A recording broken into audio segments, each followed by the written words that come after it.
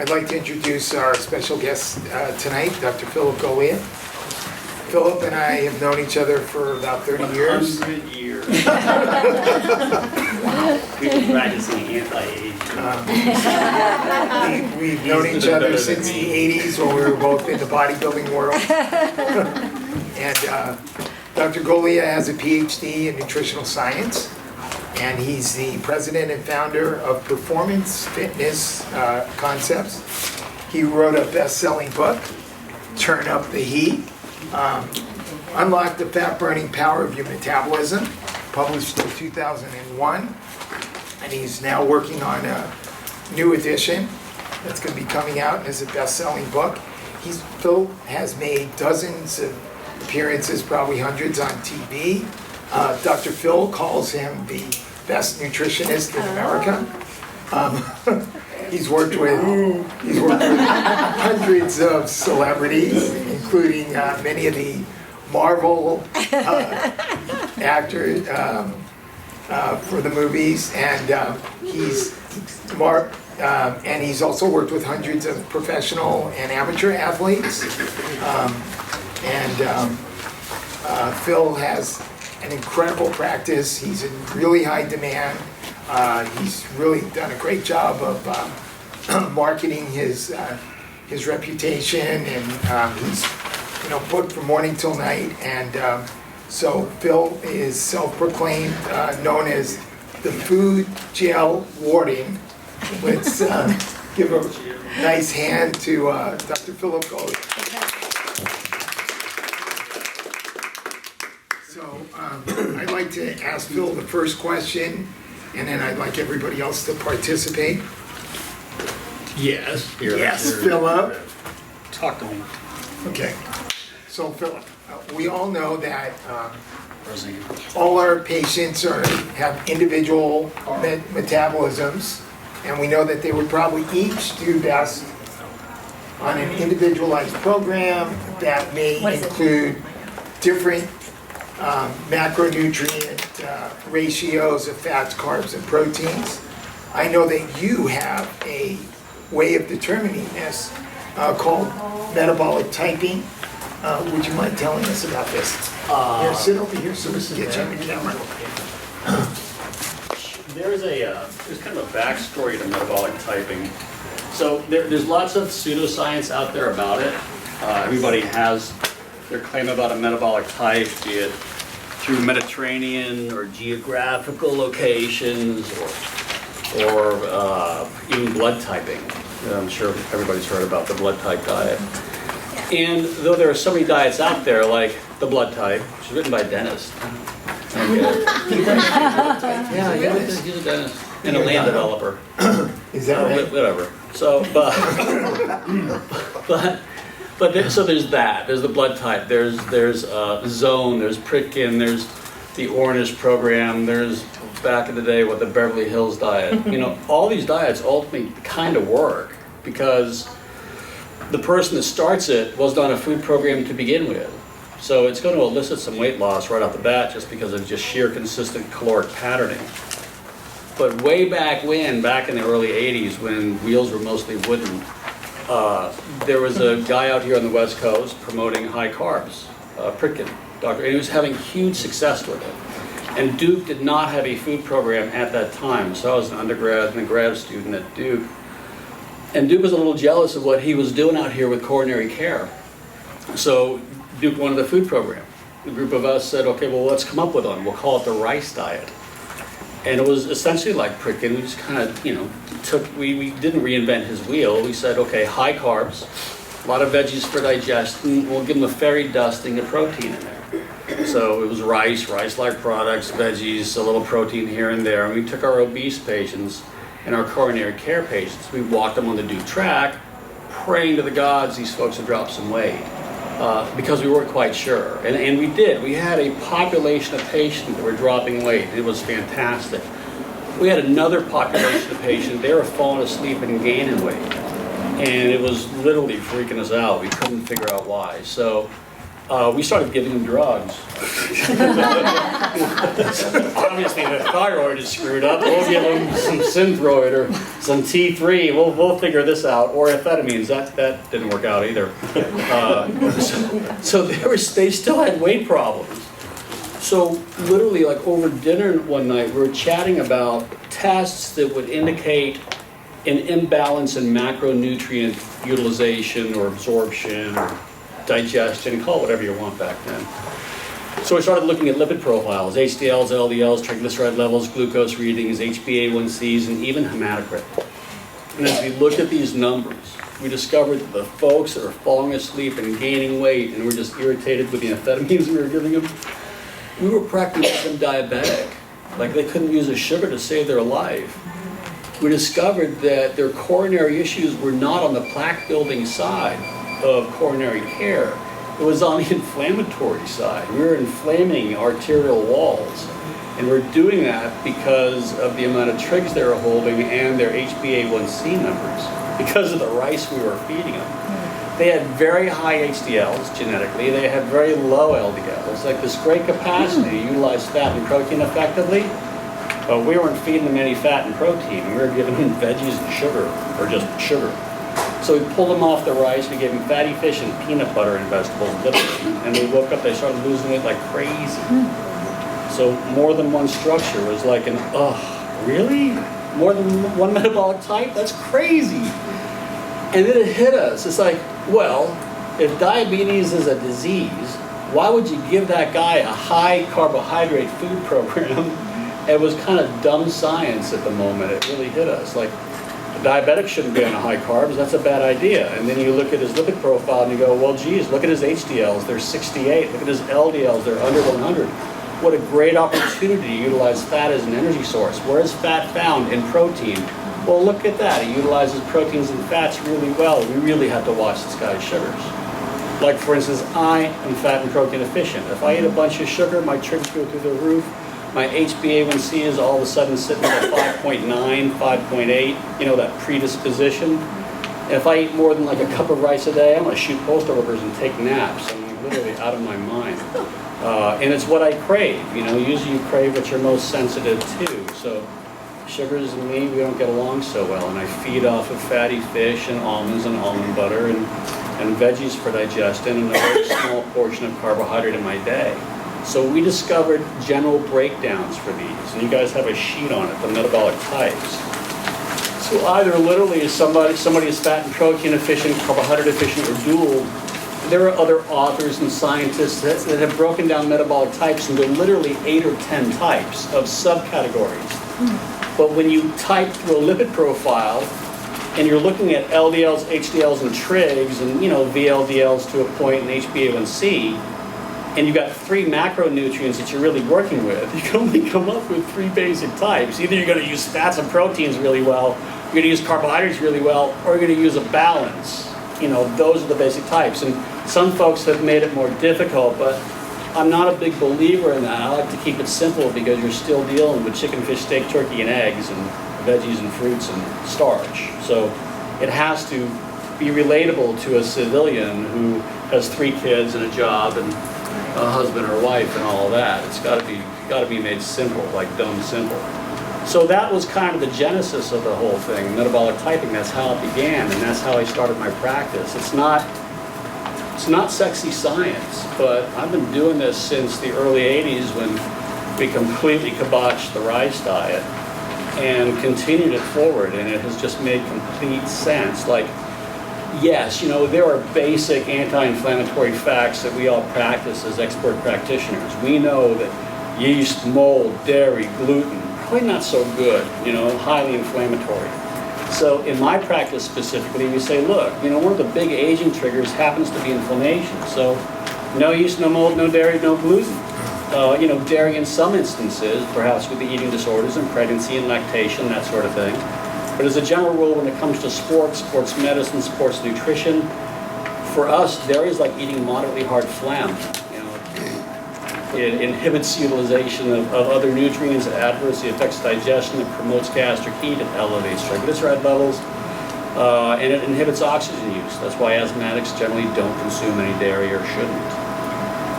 So those are kind of our basic rules. Above and beyond that rule, then it becomes a function of heat patterning and consistency, like compliance. So, you know how we all hear, or we talk about metabolism, and our patients always say, well, mine's so slow. I mean, you hear that all the time, right? Or am I the only guy that hears this? Come on, you hear it, right? Right. Mine's so slow, it sucks. Yes. Or it's fast. I can eat anything, I'm so fast. And you know what? We put it simpler. It's not fast or slow thing, it's a hot or cold thing. And we say it's hot or cold because the definition of a calorie is a heat energy unit. So calories represent heat. Metabolism is a function of that heat. So your metabolism is hot or cold. So a calorie is a heat energy unit. Fat's a lipid. It will only convert to energy in a calorically hot environment. Let's face it. So most folks out there, the conversation for us in the office is, most folks are so busy and so crazed and view food so adversarial, like the thing that they guarantee is making them fat, that for the most part they undereat and eat so inconsistently they don't stabilize the heat pattern. So you could take somebody's body fat, you could determine their lean tissue, you could figure out a caloric structure for them. So let's say, for example, I did Ben's body fat, and he was 4%, shredded to the bone, kind of like that. And I discovered he had X amount of muscle tissue on his frame, right? And then I looked at his activity level and established a basal metabolic rate, just based on some formulas. And his basal metabolic rate, to sit in the chair, do nothing, and listen to paint dry all day long, the guy needs 2,000 calories a day to sit in the chair. And then we added his fitness, his activity, what he does for work, his lifestyle. And we decided 3,000 calories a day is what you actually need. And we could call that, rather than 100% of your calories, we could call it 100 degrees. Like where you burn fat and repair muscle tissue most effectively to establish that heat pattern. And you gave me a 3-day recall of your foods, and I totaled them up. And you are afraid of food because you know food makes you fat, and you feel like you're really a 12-year-old anorexic girl. So we totaled up your calories, and you came up with 1,500 calories. That's what we came up with, 1,500. But mathematically, you're requiring 3,000. So if 3,000 is 100 degrees, then you're at 50 degrees. You're like a little ice cube with legs running around. So though you may lose weight on that, you lost the wrong stuff. And that's where I think a lot of civilians get confused. So they join a gym, they train, they do 20 hours of cardio a week. And they eat 2 cans of tuna and 3 apples a day. Because they know food makes them fat. So they're going to figure this thing out for sure. But I've also lined up 20 of the best athletes in the world back there against the wall. And we've said to them, boys, this week you have to give up something. Training or food, what will you give up? Every athlete will say, dump the training, maintain the food. The poor civilian guy in the corner, the fat guy back there, not you, somebody. You look so thin and black. I learned it from Adam. We're fashion One of the forward. main tips I got from Adam.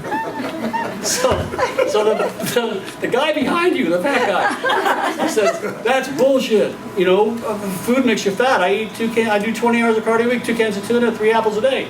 The athlete guy says, how's that working for you? Civilian guy says, not so good. I'm so bloated. I'm wicked puffy. I'm moody, like wicked moody. And my back is killing me. And lately I'm weaker in the gym. I'm so sore, I'm not sleeping worth a shit. The athlete guy says, look, when you work out and train, you are creating a catabolic event, right? I mean, that's what our training is. It's a you break your tissue. You know that, you're in Gold's Gym 24/7 for crying out loud. That's not necessarily the thing that changes your physique. It just breaks it down. You want to do that event, but then you want to stop it. You want to create an anabolic event where the tissue repairs. And we all know that the wedge between those 2 events is your hydration, recovery, like your sleep, and your nutrition. It's the wrong type of food. If there aren't enough calories in your little formula, you remain catabolic and you lose, hold please, that. And you end up keeping this. So really the conversation for me and for all of us as practitioners is, look, you should weigh as much as you can per square inch. You should have less square inches on you. Weigh as much as you can, take less room in the room. Which is why they have dress sizes. So when Ben goes out to buy When Caitlin buys a dress, it's all about size in the room. You know, it's not about, oh, I should weigh less. And of course, if you're obese, yeah, you're going to weigh less. But the healthy thought is, weigh as much as you can, take less room in the room, so that you are functional, or you are supporting your posture for like neurology. Your spine doesn't support your posture, it's all the muscles around it that do. And as soon as your muscles are compromised and you're catabolic and you start to lose lean tissue, you compromise your spine and posture. Before you know it, you're seeing an orthopedic or somebody because you're a mess. As you bend over to pet your cat, your back goes out, that type of thing. Which is why we always get back to foods first. You know, there's so many times where a patient will come in and I'll take them off of exercise for the first 2 weeks, feed them up a smidge, and then they drop 8 pounds. You know, it's not like a, oh my God, phenomena. That's reduction of inflammation, the dumping of water as a protective mechanism, and actually the repair of some muscle tissue, establishing a better heat pattern and releasing fat as energy so your body's not so stressed out. And there are so many other reasons that relates to adrenals and hormonal therapies, of course, that we can dive into, but in the simplest concept, you know, what we're talking about today is foods first. That was a long-winded answer. That was huge. I can go on. Keep going. Keep going. All right, so I'll keep going. You want me to keep going? No, let me. No. Okay. Yeah, that was easy. No. Let's go into how you work with an athlete. Let's say I come into you and I'm a basketball player, or I'm an athlete who does a lot of endurance work, you know. So you're an athlete. Okay. And you come into my office, and we do exactly just that. I want to maximize my performance for this upcoming season. Immediately I say, look, you know what? Chances are you're a pro athlete because you're absolutely gifted at what you do, and you're genetically set up for that particular sport. So guess what? All these guys that are pro athletes that you play with are generally equal. That's why you all make the big bucks and are pros, because you're on that same level playing field. What will separate you from all the other pro guys? What will make you the pro? The old pro, like the really big pro. What's going to separate you? It's going to be how you recover and get rid of inflammation. So when you're training with your NBA team for hours at a time, and you're sitting there with your podium legs on and they're pumping up and everything in your active recovery mode, or icing up, or cryoing, or whatever it is, what are you doing to repair the muscle tissue? So like there's a place of expert these folks don't even know about yet. So there's this pro. Years ago I worked with a guy named Howie Long for the Raiders before he retired. He said, and this guy was just corn-fed strong. He was just flat out strong. Knew nothing about foods, but just a great athlete. He said, last 2 years I play, I want to be all pro. I said, well, let's do foods. What do you mean? This is what I eat. And he did eat a lot of corn, but a lot of peanut butter and jelly sandwiches. This guy ate was huge. And he like a peanut butter and jelly sandwich addict. But as soon as we started feeding him, his entire body composition started to shift. Another guy named Quincy Watts. Well, what did you feed him? I fed him something other than peanut butter and jelly sandwich. Which was what? Food. Other food. Nice. I'll tell you. So when I took his blood, cut it out. So when I took his blood, so aggressive. So when I took his blood, his numbers were balanced. Like they're all double digits. And so he just rolled right into that dual category. Dual is perhaps like the most sensitive of metabolic structures. It's literally like the Ferrari of metabolism. So if you're not compliant within that dual structure of a third, out of all three, you are literally the fastest to crash and burn and fall apart. I did take folks' blood, so I'll discuss that with everybody in a second. I've got a few panels.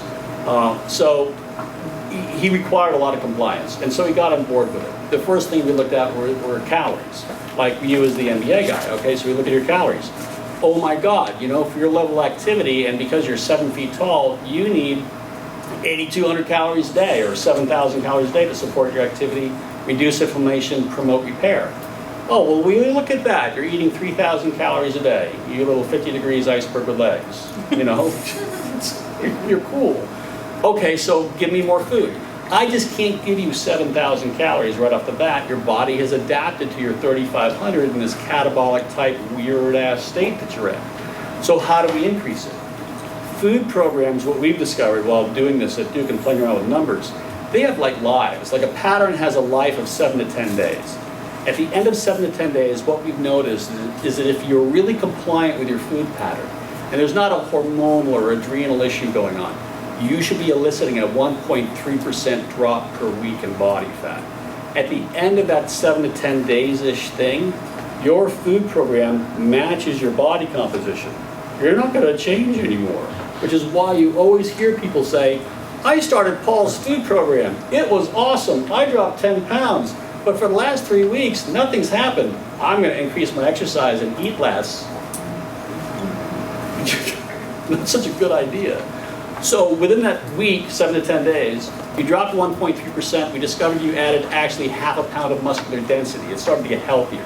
Well, if you have more muscle, don't you need more food? Right. So food patterns shift in 10 to 12% increments every single week, moving into your metabolic structure. So let's say we do that, and I hand you this NBA food plan, and I say, here, let's follow this. Well, your body doesn't get hot right away, the calories. It doesn't understand it so quick. It takes a moment or two. We've discovered it's about 48 hours for that moment or two to really take effect. And then things start to happen physiologically. So as you go through your week, and you adjust your foods, and you stabilize this heat pattern, let's say, for example, in day 4, I don't know, you mismanaged your calories. You missed a meal, you confused a candy bar with a can of tuna, something happened within your 7-day pattern, and you mismanaged your meals. If you mismanaged meals, you mismanaged calories. If you mismanaged calories, you mismanaged heat. Well, there you go. You've screwed the pooch that day. You've lost the day that you're in for the efficient use of fat. How many days will it take you to regain your pattern? 2 more days. You just blew 3 days. If you do that twice a week, goodbye, the week is gone. Which is why compliance is so important. And so is a cheat meal. Like across your 7-day week, take a day off. Go find digestive hell for the next 48 hours. Take 1 meal off, eat whatever the hell you want, get it out of your system, and then get back in your pattern. These structures of calories are built on ultimately 5-day structures, assuming you're taking that 1 date night meal. And that's what I tell you. And I'd say every 7 to 10 days, as your body composition changes, your calories are going up. How do I maximize my glycogen storage? Do I have to eat a certain amount of carbs? What type of carbs? Right after I exercise? Is there a window? What do I eat before I work out? You always hear about like anabolic windows and such, like get protein in right away, right after you But train. isn't there a glycogen window? More importantly, there's a glycogen window. As soon as you finish training, get some simple sugar in you, open you up. Immediately create an opening for cellular transport or macronutrient transport. At that point, you can roll into your next meal because it won't be but So an would it hour. be sufficient just to have a high carb meal? You know, it's more convenient. You can have a high carb meal, but then you're pulling calories out from your other spaced food patterns. So like in the world of endurance sport and cycling, and you guys actually have a long ride food pattern that I included in these sheets for professional cyclists. It's an interesting little conversation in there. But in an event like a half an Ironman Olympic, just regular training, weight training in Gold's Gym, immediately get a simple sugar in post-training. Open up your cells. And that simple sugar could be part of your first meal. Your first meal might be a cup and a half of oatmeal, 3 eggs, and a fruit. Eat your fruit first, just kind of open you up, and then go ahead and have your other food. Even if it's like a 10-minute window, that's fine. But get that simple sugar in first. What do you think is the ideal window to restore glycogen? What time period? You got 15 minutes to get some sugar in you. 15? Yeah, you got some 15 to immediately open I've you always up. heard like an hour. Yeah, it's up to 3 hours actually is some of the research. So I've read 3 hours, but what I've experienced with my athletes is that they feel 1,000% better if within the next 15 minutes they get some sugar in You're them. talking about post-workout, right? Post-training, yeah. To restore the Post-training. glycogen. Yeah, Absolutely. and the studies all show like an hour. I read them at 3 hours, but the way I see it is if I tell my athlete, get it in the next 15 minutes, I'm guaranteed that they get it into the next half hour. And are you giving them a quantity of how much they should get in that 15 Yeah, we're looking at 100 calories of sugar. Okay. Yeah, nothing big. I have a question about something you said before, about the your cycle that you recommend works on a 5-day. Yeah, 5 to 7 day pattern. What dictates that? Where are you getting that from? From the people that are plateauing. Like, for instance, I'll get a a patient in, right, will do their foods, and they're down a couple pounds in scale weight, maybe 1%, maybe 1.3%. Okay. In that 7 to 10 day pattern, right? And then if I said to them, keep the foods the same, I'll see you next week, nothing changes, they would come back exactly the same. So it's a compliancy pattern, is what you're It's a saying? compliancy pattern based on body composition. Like, you Okay. figure, if you drop 1.3%, you've changed your engine a bit, right? Right. You've obviously added some muscular density, making the assumption that you're eating a bit more protein more consistently had you, compared to before you came into the office, right? Or the prior food program. Right. And as well, your carbohydrate pattern has shifted a little bit and your calories are up. So now your body composition changed. Within that 1.3% shift, let's say, you've had a half a pound elevation in lean tissue and a pound and a half drop in body fat, let's just say. So if you've got a half pound more muscle, don't you need more food to like make it move and fix it? If you don't give it, then your body says, well, where is it? So everything kind of maintains homeostasis. So that's where you shift the diet entirely for that patient, or that's where you recommend they do a cheat day? Because that was kind of, No, entirely is a big word. It's more like, okay, so now you've got a little more muscle, you need a little more protein. Right. We know we want to shift calories up. The general rule is like a 10 or 12% bump every 7 days. So let me do the math, punch it up on the computer and see what we're going to change. But it's not just for a day, you're saying? That's, No, it's that's for the what next, we're using. here's That's your the next like shelf. prescription for the next 7 days. Got it, okay. Kind of like that. And the cheat day, you recommend? Cheat meal. The cheat And they meal. all say day. Got it. I know where you're going. The cheat meal is Day. for compliancy. Yes. Okay. Yeah, and what happens is you stop the romance really. Like the first few weeks, they're writing down all their foods for their cheat meal. First I'm gonna go to In-N-Out, then I'm headed to Krispy Kreme, and after that I want to stop by that pizza joint. And then I'll head home with some cookies. And they're literally in digestive health for the next 48 hours. They're a mess. I mean, farting up a storm. They're out of control. And then they say to themselves, I'm not doing that. That's absurd. But they do it again. And then But really maybe a little less. Maybe a little Right. less. yeah, but still, like second week, then they finally say, my mother did not raise a stupid kid. I'm not doing this. I'm gonna have a potato with butter on my Friday night cheat meal, you know? Right. I'm gonna have 3 cookies with my fatty fish and vegetables. They finally get it, and what they lose is that romance about food fixing something. I had such a shitty day, my boss yelled at me, my hair's a mess, I'm gonna eat blah, blah, blah. Oh, so your hair looks better now? Come on. Right, right. Your hair's still a mess, and your boss is still yelling at you, but you ate that cookie in the afternoon with your Frappuccino, and how do you feel now? Oh, you know, I'm okay. It's not really. Right. So it is a thing about drawing in your identity and making a claim or declaration about, you know, how you want to be. If you're an athlete or a civilian or anything. Yeah. All right, so looking at your chart here, and I figure I'm between the fat protein efficient or the dual, for sure. Now, you know, I've been working out forever, and I competed in bodybuilding for many years. But I noticed after I had my back surgery, as I got closer to the age I'm at now, my metabolism started to slow, and I've never stopped working out, right? Then I had a relapse with my back and some neurologic injury I had from my initial surgery in May of 2015. And then a good friend of mine who's a retired chiropractor said, Howard, you're too big. You're too big for your frame. So, you know, with much deliberation and, you know, resistance, I said, oh, he's right. So what I did, I upped my cardio and I decreased my carbs. That's all I did. I did the diet, okay? And over a period of about 8 weeks, you know, I lost 15, 16 pounds, and I've maintained that to this day. Yeah, I lost a little bit of size, but, you know, so what I did in order to do this was I cut out everybody tells you in bodybuilding, and you have to have this pre-workout meal, right? Sure. Well, I work out at 7 in the morning, I'm up at 4:30, because I live in Whittier and commute to Gold's Gym. Okay, now, with fear, trepidation, I took out that pre-workout meal, which was cream of rice because it goes in really easy, and protein drink, isopure drink, and a tablespoon of raspberry jam. That's 48 grams of carbs right there. I cut it out completely, thinking, no way am I going to get to my workout because I have no energy. My energy was the same.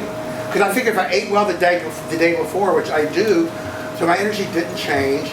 I do have intra-workout just beta-alanine, branching amino acids, and glutamine. Then I have my drink ready for me in the car the minute I finish my training, then I have a solid meal about 45 minutes later, and that's what I've done.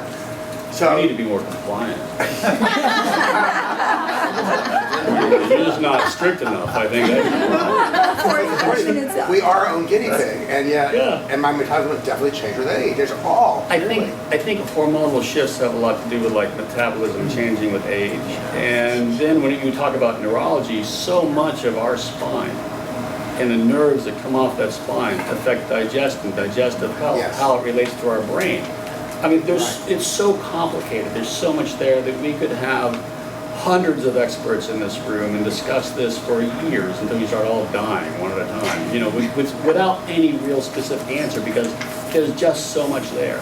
So in like our world, the sports, hey, I remember, you know, seeing you in the gym early in the morning, training and such. I always trained low glycemically. I trained empty, so that I always was utilizing fat effectively as energy stores. And the most recent studies have come out saying there's a new distinction of low glycemic. It should be a little bit of sugar and fat, about 200 calories in, and you'll train more intensely and stimulate metabolism to burn more fat. So for my athletes that are 90 minutes or less, early in the morning, it's a tablespoon of almond butter, a tablespoon of your grandmother's jam, and go train. Really? And then post-training, quick and simple sugar within your first main meal, and then it opens you up, and then they're into, be it a whey protein shake, or their eggs and oats, or cream of rice, things like that, if it's a digestive issue. But yeah, absolutely, you know, moving into that. And what you did was you pulled off of a sugar that perhaps if you are fat and protein efficient, because of that bodybuilding environment, maybe caused a little inflammation, without a doubt, intracellular water retention.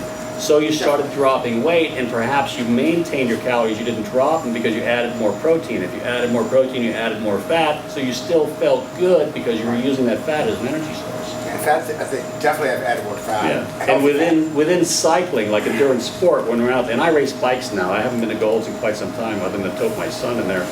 But in the racing of bicycles, in our middle section of training, we're always using fats and sugars. One of the best fats and sugars we found, believe it or not, is this liquidy version of sugar and fat, Justin's packets. It's 190 calories of sugar and fat. I love those. And it stabilizes an energy pattern like you would not believe. You know, you could have a fruit and 12 almonds, which is basically the same thing, but you know, you're sitting there counting your almonds and they're dropping on the floor. This is just a hell of a lot easier. Like, some of this that fruit was dirty, I don't care. This is just an easier That route. just when you're talking about your rides, like how far did you go?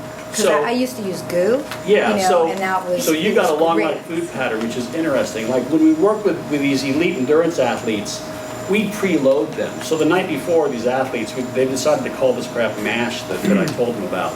And it is essentially a one ingredient starch. It could be shredded wheat, it could be a yam, it could be white sticky rice because it just digests easy over the brown rice.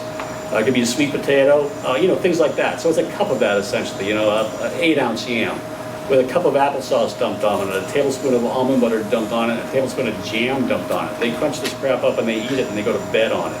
They wake up, they eat that again with 2 eggs if you're a guy, 1 egg if you're a girl, 2 hours before you train for something big and long. You have full digestion, God bless you. You need to have full digestion before you go out and climb on that bike or do a brick of training if you're a triathlete. That gets you the first 40 or so minutes of training, and then it's a sugar only. No caffeine, no early caffeine, because caffeine is a sugar sucker out of your, but it'll cause you to bonk at a faster rate. It'll pull sugars out of your bloodstream at a faster rate. So first 40 minutes on the mash and your egg, right? Then it's a sugar only, like a gel, like a honey stinger, or even we've got something called Untapped, which is just pure grade B maple syrup in a goo package. So maple syrup, that gets you 30 minutes, and after that it's sugar, fat, and 40-minute breaks. When you know you are an hour out from the barn, then you can hit the caffeine and sugar groupings.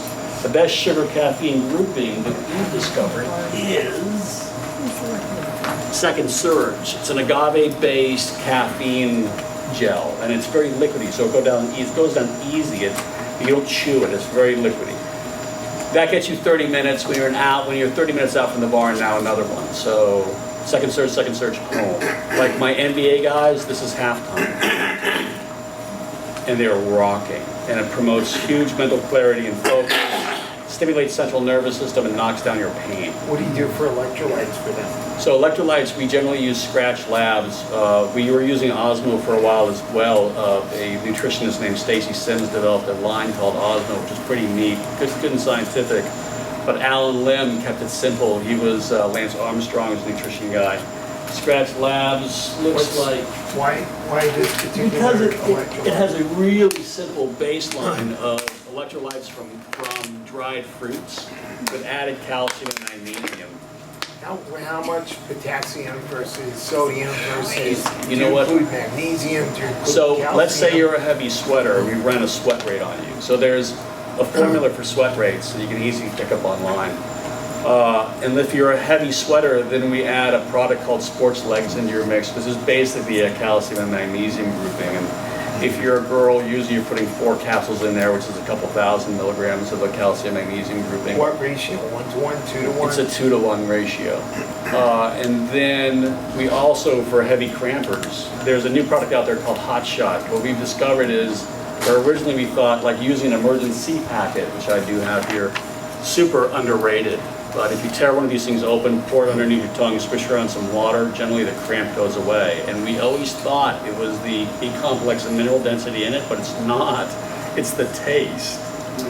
So a cramp is actually a central nervous system inflammation break, and the muscle cramps.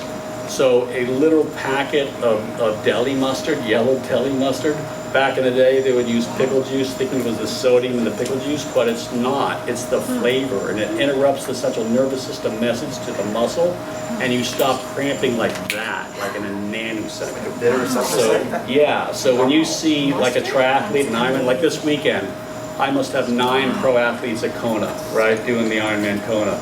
And because of the temperatures and the sweat rates, in there, you'll always see a little bulge here. There are like 3 mustard packets taped to their legs. So wait, And they'll pull them out and hit it, and that cramp goes away in moments. so that sounds like it's masking the cramp. No, it's interrupting the central nervous system mechanism. The Right, but cramp like if goes you hear Charlie away. horse in the middle of the night, which is a cramp, Take a mustard packet, it goes away, and you go back to bed. but there's a cause for the cramp. It is, it's a central nervous system issue. Even when you're asleep, and there's been no change in You had a stimulation. bad dream. Try I'm it. gonna look into that one. Look at, who's doing psychotherapy? Wait, But we Life all issues. think that it's an Well, I would say a electrolyte. lot of so the, it can from be the a- internal medicine, I mean, I think we all know a lot of patients that are like, oh, the mustard work, and we all thought like, oh, this is more about electrolytes. Yeah. I'd never actually heard that, like, the Yeah, idea there's that it a, could look be up central nervous Hot system. Shot, because they got all the science on their website about central nervous system. Now, you can underhydrate to the point of cramping, sure, absolutely. But if you look at these triathletes or the NBA guys that we work with, I mean, their electrolyte groupings in those bottles that say Gatorade on it, Gatorade in the bottles. It's a very specific mix for them. And if they get a cramp, it's not coming from a depletion of calcium and magnesium. Years ago, we thought it was potassium. Then we realized, oh, we're wrong. It's actually calcium and magnesium that's causing in a dehydrated state of a cramp. And then we discovered, oh my God, these guys are fully hydrated and they're still cramping. What's wrong? Then we discovered it was a central, not me, but them, those guys. They're smarter than me. Discovered it was a central nervous system. So is that an issue that needs to be taken care of later? Like that communication between the central nervous system? Yeah, I only know as much as I know about it, talking to you about it. Right. But if you said, guess where it comes from, I'd say it's spinal. It's neurological.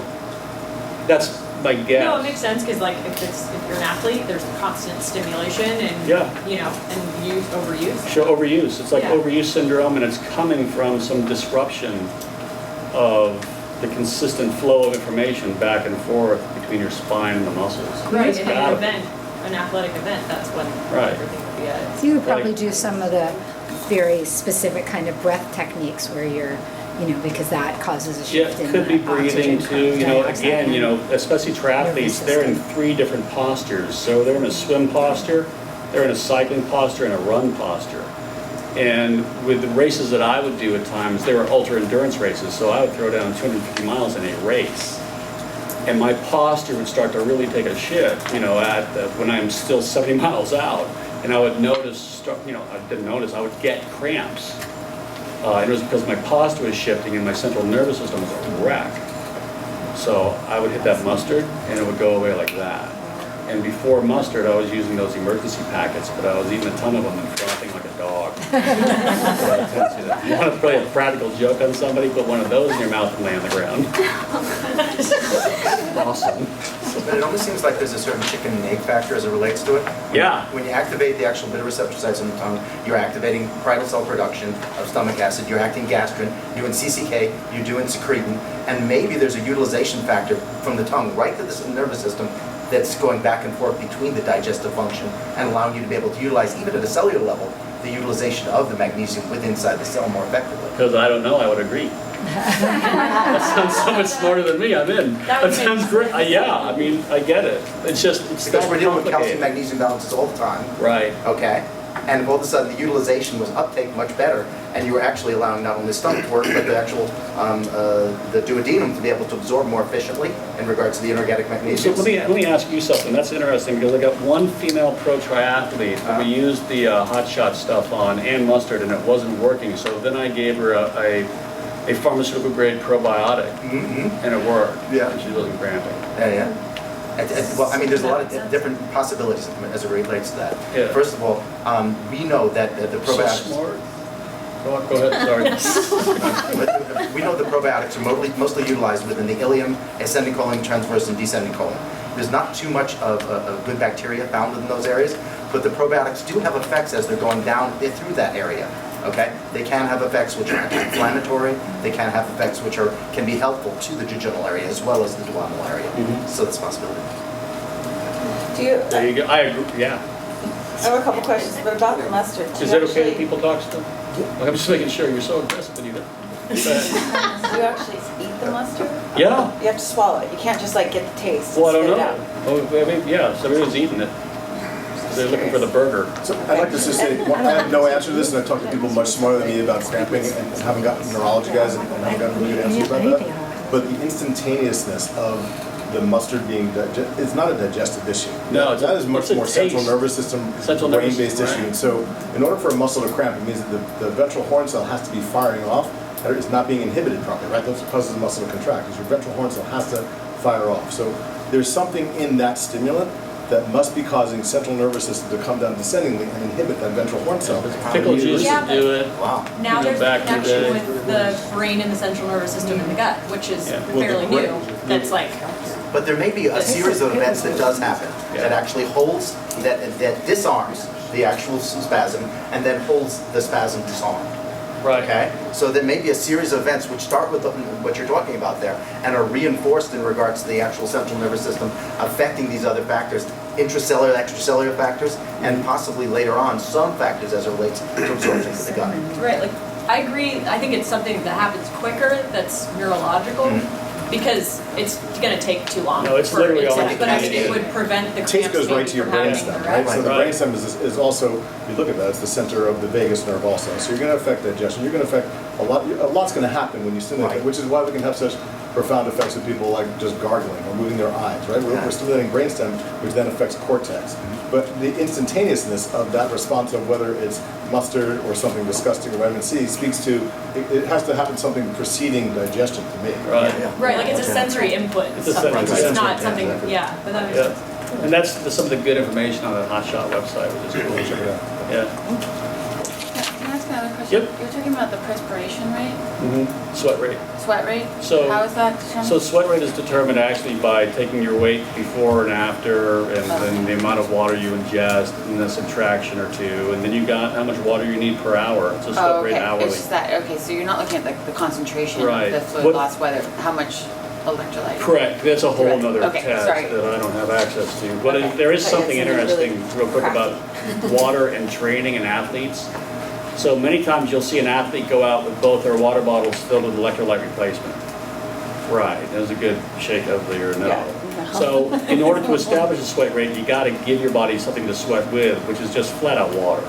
So you establish a sweat rate with water only in that first bottle, and then you can replace electrolytes. The difficulty with this whole thing is that if you try to slam electrolytes into something that hasn't started sweating and depleting, you block the ability to manage perspiration and sweat correctly. At that point, athletes measure their strength in wattage. Our cycling and even the NBA guys, they even have wattage measures in their shoes now, which is very interesting. But we measure it in wattage. So you will use wattage for two things. You'll either use it for strength, like power on your pedals if you're a cyclist, or you will use it to regulate temperature patterns. So if your sweat rate is off, if you're dehydrating, if you're throwing electrolytes in before you need them, then you will use wattage to control cooling, and then you're not as strong. So at what point do you know when you should start repleting with The general rule of thumb is get the first bottle down and take a look at your arms and make sure you're sweating, and then at that point... so the sweat is the indicator, like this is sweat's the a good time. indicator, generally speaking. Okay. Or just, the rule of thumb is one bottle in, water only, now it's time to start replacing. Because you've got 40 minutes on that bike, or whatever it is you might be doing. Right, okay. There's an assumption. I have a question. Do you guys use exercise metabolism testing, like to see what type of energy, like is that how you're Energy determining the expenditure? metabolic type? Yeah. Yeah, Are you know- using like fat versus carbs and when that switch happens and all The of that? switch happens for us, like if we're looking at professional cyclists and triathletes, the switch happens based on heart rate patterns and wattage output. So we're looking at their wattage output. Hopefully we got a VO2 max numbers we can look at. And lactate thresholds, we're also looking at that.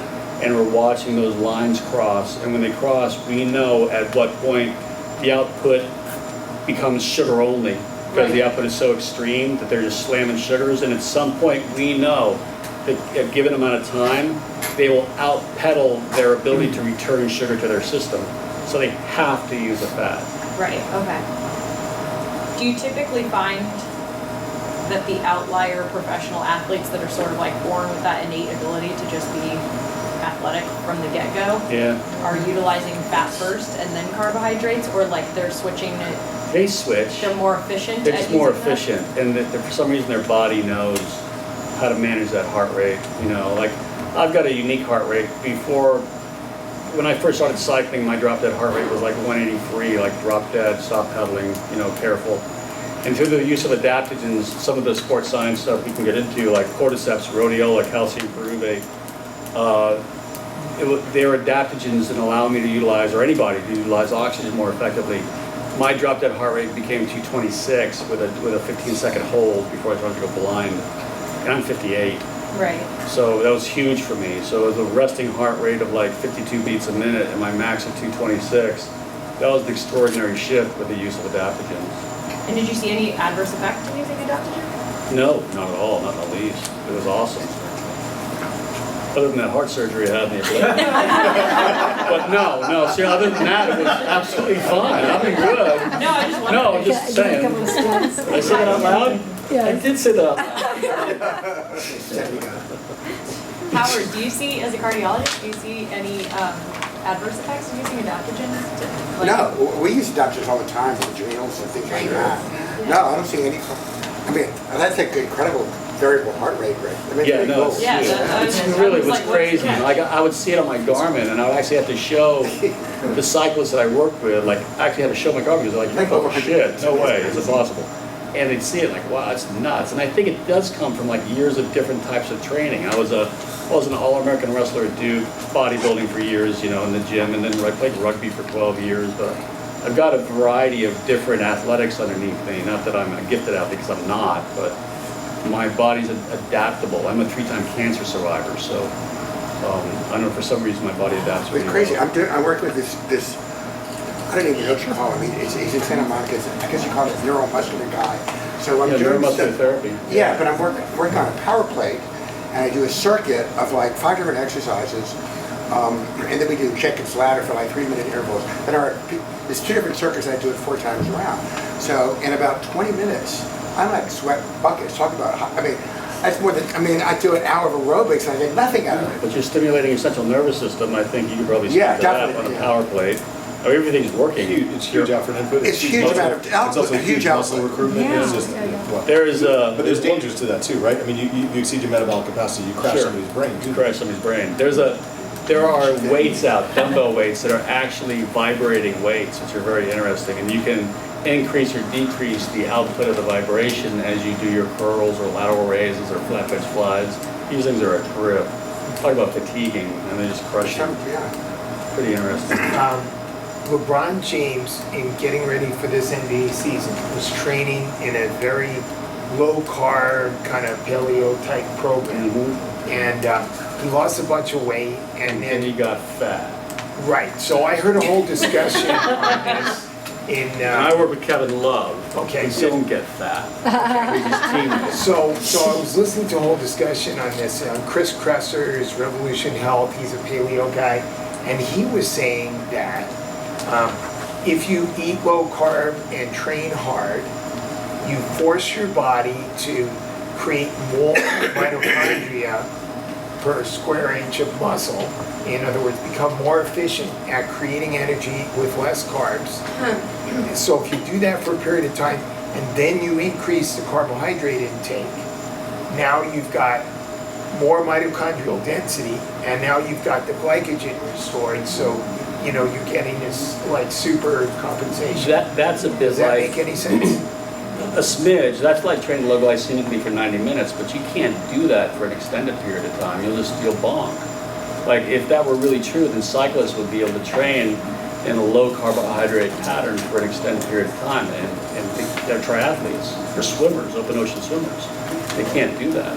But So I'm not there's a- talking about during the training season. Let's say, you know, they took a couple of months and they did kind of slow, steady state, sort of, just to deplete their Yeah, glycogen. that's called base season. So like in the world of base season for athletes or cyclists or NBA guys, it is long and slow, and calories are restricted so that your body becomes more efficient at the uptake of all macronutrients, well, primarily fats and sugars. But you can only do that long and slow. The minute you start elevating heart rate and spiking central nervous system, it becomes a whole other conversation.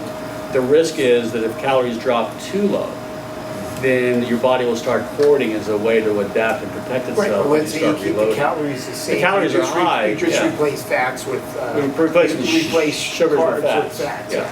And you can do that to a point, but if your dad died of a heart attack and you got very low HDLs and high LDLs naturally, and you're taking Crestor 20 mg a day, that's such a good idea. I mean, everybody's got their own tolerance for it, so you can do it to a point individually, but you still have to look at what your tolerances are. It's almost like, how thick is your metabolic wire? When will it snap, and what are you capable of doing? So the premise is good, and it will work to a point, but everybody's a little bit different. It's like pulling sugars from me and letting me ride on fats for 6 hours out there on the road is easy for me, totally doable, because I'm a fat using guy. If you were to flip that whole conversation and say, go out and ride on sugars only, I get the Malibu Canyon and fall off my bike asleep. Now, and I think I looked at something on your website where you had a percentage of people who are fat protein efficient, and I think that was like, wasn't that like 60% So or that's something? 70% or so. Okay, so most that's why, people and that's are- why Atkins is so successful. Like even if you look at like diabetes in our nation, so 70% of our population is in kind of that diabetic, pre-diabetic place. I'm not 70, sorry, a third. So sorry, 70% are fat. So confusing. So 70% of the population are fat. But it's a third of our, yeah, but it's increasing. A third of our population is diabetic or pre-diabetic, and a third of that third, honestly, they say they don't even know they're diabetic, which is scary. So that's why when you look at food patterning, Atkins-esque food programming is like the most successful. So then you look at paleo and you go, well, that's kind of going to be successful too, because that's like Atkins, it's fat and protein. You look at what they're doing with MCT oils, and I'm not so charged on MCT. I'm not a big MCT guy, because as a fat and protein efficient guy, somebody that would hold trigs, MCT being a medium chain triglyceride, it's going to inflame me. If you're a high carbohydrate guy, Why would it inflame? because I'll hold those trigs, I won't manage them well, I'll store them in my liver. Like years ago, remember when Wait, why won't you Perlo- burn them if you're fat protein efficient? I won't, because I store trigs, fat and protein efficient guys. Even though your body is supposed to see it as a fat, it's inflammatory. Years ago, there was a company named Perillo Performance. Remember Perillo? Yeah. They came out with MCTs, and all the bodybuilders were all taking them. But anybody that threw muscle down fast, anybody that was really fat and protein efficient, we were holding more water than the Hoover Dam on this stuff. And when I started running my numbers back in the late 90s, my trigs were 300 and 400, and I don't drink, I don't do drugs, and the only thing I was taking was coconut oil. And I got off of it, and my triglycerides went So same for right coconut down. oil as for MCTs. It's the same thing, it's the same So you're stuff. saying that 70% of population that's fat and protein efficient doesn't do well on coconut oil? I would say that that's what you will find out eventually. So you're that's saying what they you'll don't see. do well on saturated fat? I'm saying that they don't do Well, well it's that's different. On a fat that presents itself as a triglyceride. Okay.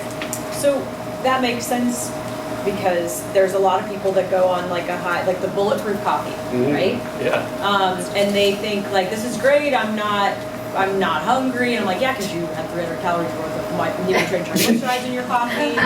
And then they say like, oh, it was awesome. I did paleo and I did bulletproof coffee. The first month, maybe the first couple weeks, I felt great, and then all of a sudden I was just crashing. Crashing. And Fall then apart. all of a sudden, here come the health detriments, like Right. all these. I gotta go to the doctor. Inflammation, Yeah, and so aches. that makes a lot of sense, and it's tricky because not everybody can test how they use energy, right? Yeah. Like they don't Well, know it's how they easy. metabolize. You know, for the folks that were coming to my office that were coming in paleo, huge into the CrossFit MCT culture. Some of them were okay. Some of them had very low trigs. You know, like, oh, well, it's working for you. Continue. You know, it's all right. We'll just figure out the caloric structure of the damn thing. Let's not Yeah. go crazy. But I had so many folks who were coming in with trigs of 300 and 400. And meanwhile, you know, it's not like they were eating tons of dairy or they weren't drinking a bottle of vodka a day. But they were slamming MCTs, and some of them, it was even transdermal. They were using coconut oil in their skin. You know, Right. it's a transdermal thing. Right, a lot of people do that. And I'm like, dude, what are you doing? And it wasn't until the whole transdermal thing popped up for me because I kept on saying to this one woman, no. Something's up. Your diary is wrong. I mean, where are you getting your MCTs from? Because your trigs are through the roof. No dairy, no alcohol, no yeast, no mold, no gluten. Like, you're spot on, but your trigs are still sitting at 380. What's up? Like, what do you do? What's that smell? What is on your skin? Like, Skin, hair. what is that? Oh, I use coconut oil on my skin twice a day. I'm like, holy shit. You know, when she got off of it, her trigs went right down. It was kind of a mercury, and that's a mercury level conversation. You know, back in the day as bodybuilders, people would use, we were talking about this, preparation H to tighten up their skin. It didn't work. But I had one girl in the office who was big into fitness, and she was slathering this shit on her like 24/7, and she was exhausted, tired, like out of her mind. So we ran heavy metals on her. Her mercury levels were through the roof because it's shark oil. So nothing like a big bowl of mercury. And she was spray tanning. And spray tanning, just FYI, is an unregulated, I don't know, science, as you call it, whatever you want. But the heavy metals in that spray tan are loaded with copper and mercury in many of the spray tans. So just FYI for spray tanning. I had a patient who, as a pro fitness person, she's tired from that, but she was, you know, we could be pre-diabetic, she was in good shape, but after she gave birth, she delivered 2 kids in her 40s, she developed kind of pre-diabetic type of situation. A1C was climbing, I mean, it was never diabetic, but it was getting pre-diabetic. Triglycerides were high. We did an LDL subclassification. She was small particle, all the bad things. Yeah. And she actually went ketogenic, and all of her numbers are reversed. They look really good. She's really strict. I mean, it's like Right. really She might have not been so strict to begin with. You know, you never really know with 2 Right. kids in the family. You're not quite sure what's sneaking in. Right, and she was getting IVF, so they pump you up with all these synthetic Sure, hormones. and that's Really a good. hormonal shift too. You know, lately there's been so much new information out there on the use of metformin as an anti-aging med. And I think those of us that have been involved in sports for years, we've always known there's an anti-aging aspect of better managing sugars through something other than insulin. And now there's like lots of research hitting the market on metformin and a few other products like Saxenda and others like that. So, I mean, you know, my I'll share my stuff. My HbA1c always sits around a 5.8, and I eat, you know, half a cup of rice a day, and it just hangs there. And I use 1,000 mg of metformin every night before bed. Now my HbA1c sits at a 5.5. Nothing great, but it's better than a 5.8. And I feel better. I'm more acute, articulate, that sort of thing. I use it with NADH, which is a neurological stimulant, which you would be really, you dig information about that. It's actually used for Alzheimer's. Really? And you take this thing in about 15 minutes. I use it for all my endurance athletes. In about 15 minutes, you are laser freaking focused and feel like you're a little smarter than Einstein. But you can literally feel like It's cheaper than Coke. Dude, it's awesome. Yes. Yeah, NADH. It's a little particle of Have you niacin. tried the nicotine Nicotinic. riboside? Yeah. Same. It's the same. It's the same type of classification. Right. Yeah. It's awesome. How much NADH? 10 mgs. And I use it sometimes twice a day. Like if I'm seeing, 34 folks a day and it's now 5 in the evening and I have like 9 more folks and I want to say something other than I'm sorry you're fat. So I can really, talk to you. Any reflections on, you mentioned heavy metal, Parkinson's, nutrition? I'm not expert at heavy metal work. I refer people out for chelation, right away, chelation therapy. As soon as I see somebody with heavy metals, and like that's a lot of my wheelhouse, I'm gonna set you up with the guys and maybe issue some IV therapies. And as it relates to how do I increase your energy so you don't feel like crap while you're dealing with this, then we return back to, do you ingest enough calories?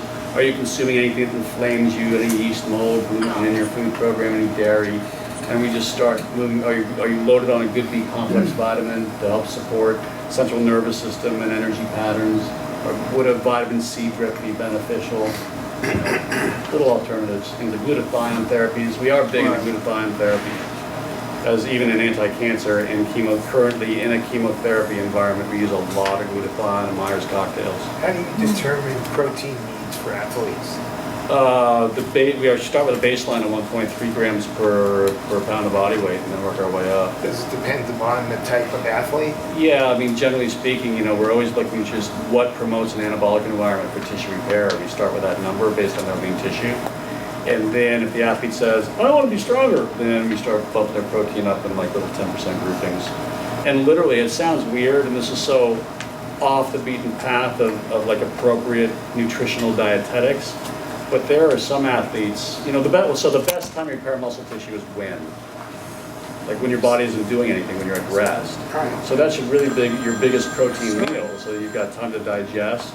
What digests it, what helps digest it are vegetable groupings. What types of proteins to consume at night? Well, things that reduce inflammation or help to elevate hematocrit. So really, poultry being that kind of benign, moderately low-fat meat is more of a lunch thing. At night, for us, it's more of a lean steak like filet, flank, high iron, increasing hematocrit percentage, or fatty fish like salmon, sea bass, black cod, Arctic char, sturgeon if you can find it because it's endangered, orange roughy even, though don't eat too much of that because then you'll have squirts up your butt. Orange roughy is brutal. Never had that? No?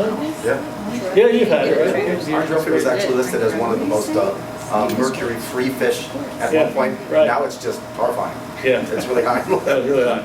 So fish or steak at night, and that's our biggest protein meal. So you can sleep on it, digest it, and then promote that anabolic environment while you sleep.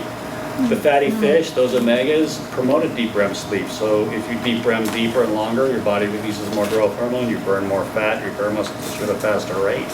And then the steak's great because it does elevate hematocrit in a high iron count.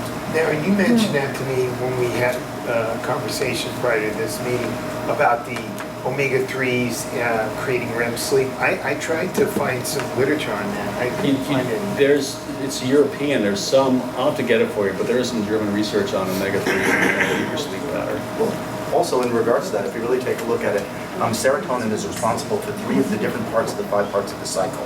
Okay, so for a sleep cycle. So basically speaking, if we have high amounts of inflammation within individuals, as measured in hsCRP or prostaglandin B2, the individuals may not convert tryptophan as effectively into 5-HTP and therefore serotonin. So we may have reductions in serotonin actually affecting the overall sleep cycle. And by the utilization of not just the fish oils, but that extract of fish oils, like the SPMs, reducing that might be helpful. Yeah, promotes a deeper sleep. The SPM at night. So that's what we've noticed, and then the use of CalMag zinc at night before bed, again promoting a deeper sleep. Even the use of 5-HTP with the CalMag zinc, promoting a deeper sleep. One of the interesting things about just using the 5-HTP though is if you use the 5-HTP and you don't work on the balance of inhibitory as well as excitatory, and you just throw inhibitories in there, you're not dealing with excitatories, okay? Working with them and the HPA axis by utilizing a number of different nutrients to be able to balance it out means there's not a fight between the inhibitory and the excitatory, you actually balance it all Balance out. out. It's really interesting, and that's where the adaptogens come in. Yeah. Yeah. Cordyceps and the rhodiola. Yeah. Yeah. The cordyceps rhodiola can be really effective. We're even using the alma berry, bilobob berry we're using as adaptogens, some superfruits which are very interesting. I can always give that to you. I can't remember all the names we use. Alma is a big one though, alma berry. What you got, the Adrecept from Metagex is the combination of the cordyceps, but the cordyceps is actually highland cordyceps, so it has much higher amounts of that inosine, which helps with oxygen transport than the lowland cordyceps, where most of them are out See, there. we've even been playing with Arctic chaga as well. You know, extract. Well, the chaga is very, very interesting stuff. Yeah. It can be very interesting. So, you know, those are kind of some of the fringe things we've been playing around with. The athletes that we work with, we always give them kind of a pre-training cocktail, kind of load them on some metabolic sugars, always including a little cinnamon there for transport and whatnot, and then taurine as well. Taurine is a little different than caffeine because it's not sugar sucking from your bloodstream. So taurine will stimulate your central nervous system. The D-ribosylglutamine promotes some metabolic sugar transport mechanism, and for your gut for transport. So we use that. We use the calcium, magnesium, zinc in a little pre-training cocktail to help manage lactate buffering.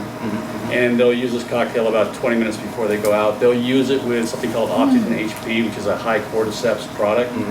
Cordyceps as an adaptogen has a tendency to open up capillaries, so it gives you that nice and like effect on your skin.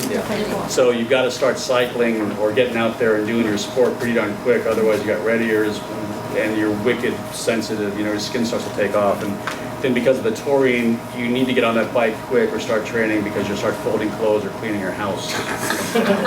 Should be terrible. So, yes. I have a couple of questions. One is your thoughts on whey protein versus plant proteins. And the other question, you're talking about cycling where you're out there for 3, 4, 5 hours. I deal a lot with master swimmers who are training for anywhere from an hour to an hour and a half, high intensity interval training, basically in the pool. Any thoughts on You know, I always, in the packet that we give at our second appointment, there's information about swimming in there, caloric burn. And because you're managing temperature and you're regulating stability, the caloric burn is through the roof with open ocean swimmers. We work with Tower 26. And I'm sure some of the swimmers that you work with work with Jerry Rodriguez. I know Tower 26 and they're in 67-degree water. But Right. for the most part, most of my swimmers are pool swimmers. Pool swimmers, so you're even dealing in 80-degree water. Yeah, but now you're dealing with a sweat rate too because they're sweating in the water. Yeah. Oh, so that's super important. Usually for the swimmers, rather than that 90-minute jam and almond butter only, we use a bit more than that before you go out, if they're assuming they want to train low glycemically. But for the swimmers that are coming off a swim into a run or a bike, we'll always load them with that mash thing and a couple eggs or an egg. And then as it relates to like the proteins you're talking about, I'm a believer in like all of them, assuming they're a good pharmaceutical or prescriptive grade product and they're not a spiked protein. Like many of the whey proteins out there now are spiked, so they're an incomplete grouping of amino acids and they're spiked with other amino acids to complete the chain. So it's not from like a cheddar curd, you know, that's been cold processed and pharmaceutically created. I use whey protein at the office. The reason why I make that choice is because in the scheme of 0 to 100, when you're like scoring proteins for biological availability, the plant-based proteins are usually scoring a low biological utilization. An egg is scored at 100. Like for instance, our essay on our pharmaceutical whey protein scores a 117. It's not even on the chart. Some people have IgG issues and they can't handle whey. All of a sudden they're farting up a storm and they're gassy and bloated and it just doesn't work for them. So like the Sun Warrior proteins and the Vega proteins are a much better choice. Some folks push towards the egg white proteins, but that's a higher sodium choice. And kind of in that world of egg whites, I remind all my athletes that it's only 11 calories in a stupid egg white, maybe 17 if it's a big egg white, but as well, it doesn't have all the amino acids in it either, and per calorie per milligram of sodium, it's loaded. How about pea protein? That's a real popular Yeah, pea one. protein and hemp protein are real popular. I'm not expert at vegetarian protein choices. Like I said, I'm more of a whey guy. But when when digestion is interrupted because of an IgG issue like that, then I'll always push them towards alternatives. It's like, well, let's experiment. What's the worst that can happen? We got to try something different. So I'll send them out to get a different. Do you know what's also interesting is the research that came out from Brandeis, where they did comparisons in regards to uptake of different proteins.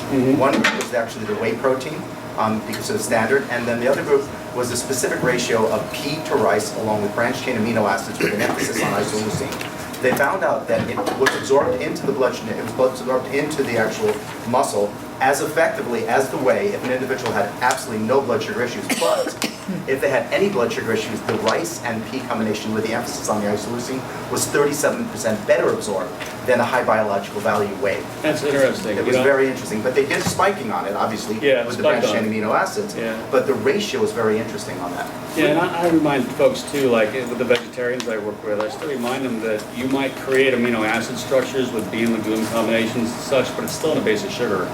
You know, so if you are fat and protein deficient, you've chosen the vegetarian lifestyle, it's a tough one. It's hard because you're always managing blood sugar patterns. Yeah. If you're carbohydrate deficient, then more power to you. That's great. It's fantastic. What do you mean by spiking the protein? I didn't understand that. What do you mean by spiking? So Increasing it. Yeah, increasing the amount of amino acid structures in it. So many times a company, there's a class action suit out on it right now for a lot of protein companies where they are getting this very low grade of like cheddar curd whey protein, and it doesn't have all the amino acid amounts required in it. It's for however the processing went through. So they're actually taking other amino acids and adding it to it, which are not whey-based, synthetically. And it's cheap. It's like wicked cheap, so they save a ton of cash doing it, but they market it as full-on complete whey protein, and that is a huge thing. Well, there's a lot of controversy now with branched chain amino acids for the same reason. Do you guys use branched chain amino acids? So it's always a buzz with my athletes. How about branched chain amino acids? Right. And I think they have their benefit, but I'm like, well, where'd all the other ones go? Right. So I use a full spectrum. I use a bi and tripeptide bound amino acid grouping that's pharmaceutical grade. And I figure you get your branched chains in there. If we need to add more branched chains to a protein grouping, then fine, we can do that. But everybody's so hot on the branched chains, and then my response is, well, where are the other guys? Well, I guess there's been a lot of research on leucine in particular Yeah. as being particularly beneficial. Yeah, but they've got to be beneficial to complete a protein chain. You got to have all of them. And then how do you add to that and know that you're adding in a complete fashion so that that's getting absorbed without maximizing, going past that max of 25 to 30 grams of protein in a single setting that's the max absorption? Yeah, I mean, it's tough. You don't know. I think everybody's different. Like, let's say, for example, you carry 95 pounds of lean tissue on your frame and I carry 180. My absorption rate's going to be different than yours. Right, right. You know, which is why, again, I was getting to that point of like what proteins to choose at night. Many of my athletes, they're slamming, including myself, a pound of flesh at night before bed, you know, which is 20 ounces before cooking. It's a lot of meat. You know, and most folks would say, can't be absorbed, impossible, you're going to hurt yourself, you're going to be so acidic. But that, you know, is not the case legitimately when you put it really into practice. Even if you look at bodybuilders adding kind of in that constant anabolic state, especially the ones that are hormonally supported and using anabolics, they're rolling in 8 or 12 ounces of protein every few hours with every meal. Well, right, because so the research shows that if you're incredibly efficient at absorbing protein, you can max out at about 30 grams of protein in a sitting. And there's so many products out there that go way beyond that. Way beyond it. Right? Yeah. So, but I get what you're saying, like in practical application, you're seeing in practice that Sure. when much you're different. maxing past that at night only, Yeah, at are you night. seeing that the absorption Yes. is okay? And how are you seeing that the absorption is okay? You're just seeing like They've got no strength and- digestive issues, and they wake up in the morning post-deep sleep feeling totally repaired and recovered. Like the best time you go, like, best time to repair muscle tissue is when your body is at rest. The longest time between eating is your bedtime and breakfast. So your body has the opportunity chemically, you start to break down a large amount of a nutrient like that and to promote amino acid transport. So that's when your growth hormone is stimulated. And that's when your growth hormone is stimulating and you're deep REMing, so why wouldn't you slam that protein at night? Are there any issues with that level, with eating that kind of protein, upregulating mTOR? Say it again, sorry. Any issues with upregulating mTOR with that level of protein consumption? I don't know. I really don't, I don't know. And maybe an issue Good with, question. It may be yeah, an like issue. Yeah, it's a good colorectal question. cancer too, Yeah. it would be a concern. With Yeah. red meat, Yeah, with the red meat, Yeah. you know, but again, like even for us in sports world, we cycle the red meat. They're not doing it every night. It's like either surf and turf type situations, or it's red meat fish, red meat fish, red meat fish, or fish, fish, red meat, fish, fish, depending on what their hematocrit is. You know, hematocrit in our world for endurance sport is super important. For endurance female athletes, we look for a hematocrit read between 44 and 48%. Males, 48 to 52. At the 50% mark, you saw at a WADA, the UCI, as soon as the athlete's doping, so they send them to the 10th advance, you know, and they're off and running. So we look for high nitric oxide foods or iron supportive foods to increase that number. And for instance, in season, we're running hematocrit every single week to watch their training. If hematocrit drops, then we're like, you're digging a hole, you need to take 2 days off and chill out and do nothing and relax. And there's a company out there called Beet Elite, which is actually not a beet powder, it's a beet extract. In that beet extract, there's 360 milligrams of nitric oxide, which is that number you need, supposedly, the research shows, that you will increase your pathology to act as if it had an extra pint of blood in it at that point. So you get and I notice it, it's very EPO-ish, you get a wicked bump. And I have taken both. I've used Beet Elite and I've used EPO as an athlete. So I know what it does to hematocrits, and I've seen the results. Now, you mentioned your second visit. You know, in my practice, I usually spend an hour or longer on the first visit. A lot of times I'll send a person out for testing, they'll come back for the second visit, and it's like my model that we do a half an hour, and I end up spending an hour and a half with them going over you know, their test results, and then I think, God, I'm just spending way too much time. You do an hour on your second visit. I think that's an interesting model. Yeah, well, and you get reimbursed, you know. My model is kind of front-loaded, you know, in that when somebody comes in, and we don't advertise, I've been doing this since 1990 out here. So, you know, I'm 30 years buried in this thing, seeing patients. And I see about between 26 and maybe 32 folks a day, and could do it 7 days a week if I really wanted to. So when somebody comes in for their first visit, is really literally nutrition 101, kind of like that spiel I gave you when you asked me the first question, I wouldn't stop talking. So it's kind of like that, you know, figure out, and they will leave with a temporary food plan and a dietary diary to get them rolling. During that week, I'll put together their big ass book, and in it is their foundation food program, supplementation, a 10-page food list, a shopping list, the math behind the stuff that breaks out their macronutrients and pie charts. All cool little things, plus a bunch of other information in there that just is neat to have, you know. And when they come back in, we'll look at compliance, we'll do their blood work again, maybe if their numbers were screwy, we'll run them again. I generally try not to run their body fat or their weight, because it really is a honeymoon week between that first visit and second visit, and I will tell them, look, here's your temporary food plan, write your food program down, but you've got to slam 4 liters of water a day, and that's going to be enough work for you as it is, so good luck. And so they'll come back, and I always tell them, look, it's your honeymoon week. If there's something you want to eat, go eat it now and get it out of the way, because when you come back, I own you. You're mine. And then you get your one date night meal a week to eat. So in that second visit, we go through that big book, present it to them, and go, okay, now our nutrition marriage has begun. I'll see you in 7 days. We're running blood, taking your body fat, and weighing you. So here's my cell phone. If you got a problem, send me a text. Because I've been doing this crap for 30 years, I can answer your question in like a whopping 8 seconds. And the answer might be, no, run your fish at night, it's okay. No, don't overeat, just eat until you're comfortable. Or the answer might be, don't be an idiot, you know, who knows? But they feel totally open and accessible. At that point, I see them every 7-10 days, 30 minutes in the office, and the session's around $100. That's reasonable. And I do a lot of phoners. I probably do 9 phone appointments a day all over the world. I'm big in the Saudi community, so I work with a lot of folks in Dubai and Qatar, like the Sultan of Qatar and all these guys. They're all either in the office or on the phone or Skype. In your first visit, you're charging $625. $625, $395, $100 thereafter. So that's covering like the book and everything that they're getting. Yeah, and everybody gets a free Turn Up They Eat book, blah, blah, blah. Everybody always gets free diaries. I never charge for that. If we do blood work again, I just charge my cost $45. How long are your appointments? 30-minute sessions, but on the phone for the follow-ups. So first one's an hour, second one's an hour. After that, 30-minute sessions, and we book from about 5 in the morning until 9 at night. Wow. Well, you know, thank God they can't stand a food program. Come on, it's a dirty little joke. Thank God. Lately, a lot of my patients are asking me about intermittent fasting. Can you? Yeah, I don't dig it at all. It just screws up a heat pattern. You know, I think it's trendy. Very trendy. Yeah, and I don't think any athlete would ever benefit from that. You're intermittently fasting, and then you're going to go train what? What are you going to do? You're not going to perform very well, and now you're at a risk for injury.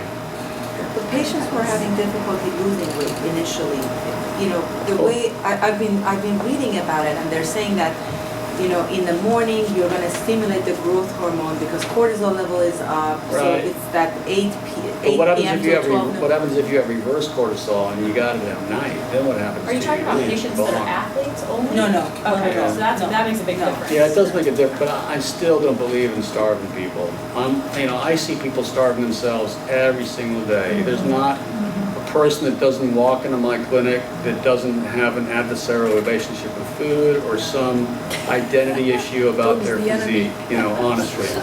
And the goal is to calm them down and to create some humor about this thing and go, it's not that bad. And ultimately, you cannot take an apple pie and turn it into an apple. An apple's an apple, an apple pie is an apple pie. Everything has a consequence, you know, really. Like, your apple pie has a consequence, your apple has a consequence. Ask yourself, what consequence do you want? And be careful what you wish for, because you might get that 15-pound loss. And if you do, the rules change on you. Now people look at you differently. You've shifted your identity. You're making a declaration on how you want to live your life. Your husband is jealous that you lost the 15 pounds. People are looking at you. You know, all kind of weird things happen, and the conversations you create in your head can be like a third-party sabotage in this thing. You know, they add to a difficult conversation and an expectation. And I tell all my patients, don't expect anything. Like, look, at some point we're all going to be dead. So you might as well play a game now. If your game is, I want to create a youthful future, then don't like make excuses about it or justifications, just work the program. And really, like, the perfect week is having an imperfect week. The only perfection in any of this is the attempt. Like, your intention about it is perfect. After that, shit happens, you know, really. So then you just discuss it, and that's the purpose of the diary, is to say, yeah, you know, my animal cracker cookie that I stole from my kid really wasn't chicken, I get it, okay, you know. And then you laugh about it and you move on to the next. You may repeat the week, you make adjustments. Somebody will say, I can't eat that fruit anymore, it's driving me crazy. So you figure out what to do next instead. And you keep that conversation going with the expectation of improving your well-being, whether it's weight loss or not. And then really, I always tell people, look, I want you to lose weight from the inside out anyways. Which is why that lipid profile is so important. Like, what good is your weight loss if your trigs are 400? I mean, come on. Well, you're gonna go over these. Oh yeah. Who wants to leave or stuff? I know it's 8:30. You know, I'm talking up a storm, and I don't want to. Well, I do have a quick question. What do you think of the Tabata, the interval training? The interval training. Yeah, the So Tabata exercise. So in interval work for us, like in elite sport, we break it up into a static pattern and a dynamic pattern. Static heart rate patterns, you know, we utilize those a lot, especially in base season. We will start interval patterns that we call dynamic patterns as we move into interval training sections of a season. But the interval training for us is very specific. It's a 4 and 1 pattern, and it is measured either through wattage and or heart rate. The 4 and 1 pattern kind of goes like this. So there are heart rate zones that you manage, be it an endurance or race pace or tempo pace for a heart rate or wattage output. So I might say to an athlete, based on your current conditioning level, I want an endurance heart rate pattern for 4 minutes and a 1 minute VO2 max. I want you to do it for an hour, so you have 12 1-minute intervals. Maybe the conditioning pattern is different, so it's just a 30-second VO2 max and 4.5 minutes of a recovery pace, maybe, active recovery. So we use interval patterns very specifically based on heart rate or a wattage device. And then the static patterns are really more of an active recovery static pattern for just fat use. What do you find is more effective for burning through fat if you need an athlete to do that for like whatever? Stationary bike stuff, so you can really manage your numbers. Stationary bike is best, and it's not ballistic, you know, it's easy on the joints, and you can get out of the saddle, you can get in the saddle, you can adjust your postures, which ultimately adjusts heart rate and central nervous system, which is interesting. What if they hate Cycling. cycling? Tell them to suck it up. Tell them to cowboy the fuck up. That's what I'd say. I mean, what can I tell you? You know, I'm just, I don't. you know, they can go to the Santa Monica stairs, kind of do an interval pattern. They can go deep sand, but you know, cycling is a stationary bike, something like that. It's Right. easy to monitor. Okay. You mentioned a little bit that you do glutathione and IV with Myers patients. Yeah. Do you do other, do you do pre-event? Oh yeah, we IV always love IV pre-event. nutrition? Myers and glutathione. Just Myers and glutathione pre. Yeah. And post. You come back and they're Olympic like, athletes are not allowed to use it. not anymore. They're, Well, in no, fact, but I mean, the question is, that Yeah. if you, bye. a lot of those See things about- are pretty quickly metabolized. Yeah, you know, so here's the thing. Now there's a new USADA rule, a no stick rule. Can't pierce the skin. Come on, fuck. Stop it, you know.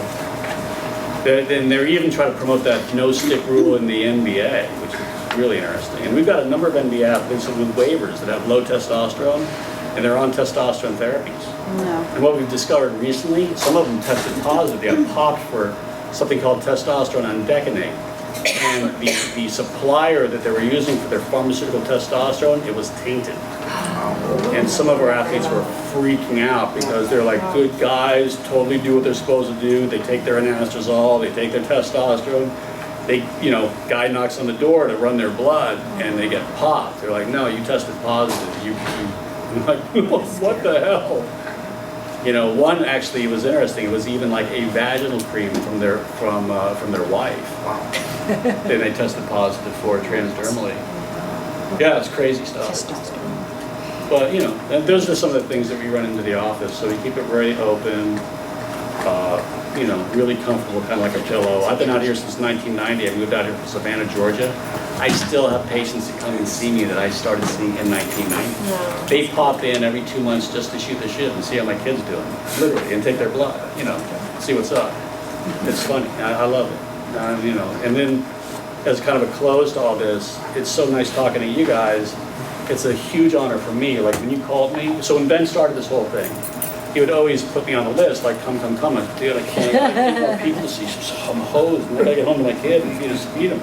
Sorry, but I would read every piece of literature he would put out because it was just that strong, like that powerful. And then he said, hey, do you want to come here and talk? And I was wicked nervous. I'm like, nah, I don't know. Let me think, well, yeah, no, I want to, it's cool. But you guys have so much interesting, very scientific stuff to talk about. I didn't know how much I could really bring to the table.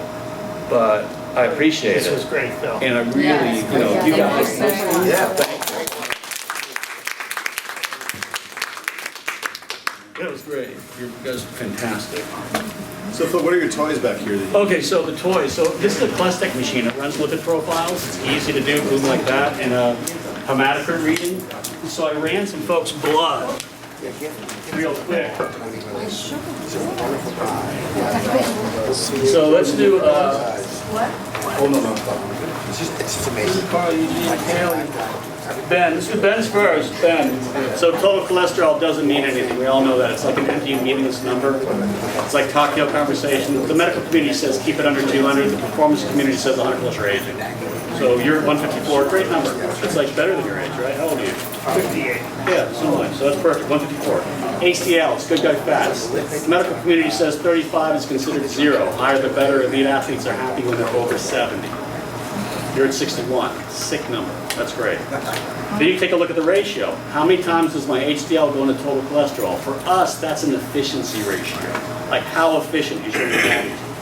We find that average civilian healthy female is 4.5, a guy is 3.5, athletes are 2.1 to 2.8. Oh, 2.5. May I have your attention, please? Oh, no. The library will be closing in half an hour at 9 p.m. The second floor restrooms will be closing in 15 minutes. If you need a library card, please go to the customer services desk immediately. Once again, the library will be closing in 30 minutes, and the second floor restrooms will be closing in 15 minutes. Thank you. Hey, Phil, if you look at the the labs, various labs, Quest, so forth, they have like 4.5 is fine, still Yeah, okay? yeah. Really? Yeah. It's not okay? It's not okay. You know, it's okay for a female civilian, but who wants to be civilian anyway? So 2.5 is great. Then trig, so triglycerides, 3 to 5 day recall as sugars poorly used that hang out in your liver. It's a direct relationship to inflammation, diabetes, predisposition to diet, all that, and HbA1c, all those things. I want them under 110. As they climb, you have a stronger predisposition towards sugar sensitivities, hyper and hypoglycemia. Your trigger is 54. That's wicked way under 110. So you use all 3 nutrients equally as well. Which is exactly what you look like, naturally V-shaped, very athletic, and equally as good at cardiovascular and weight training. And since I've known you, you've always been that way. There's your number. You're sensitive of metabolic types, So you a like dual? the Ferrari of metabolisms, literally. Like, you don't want Pedro or Jiffy Lube working on your Ferrari, you know, it's sensitive, very consequential in either direction. So you want to stay on point with your foods. I bet that if you really look at the times you've fallen off foods, you crash and burn quick. He never falls off. Yeah, he never falls off. Yeah. Well, maybe once a year have a buddy.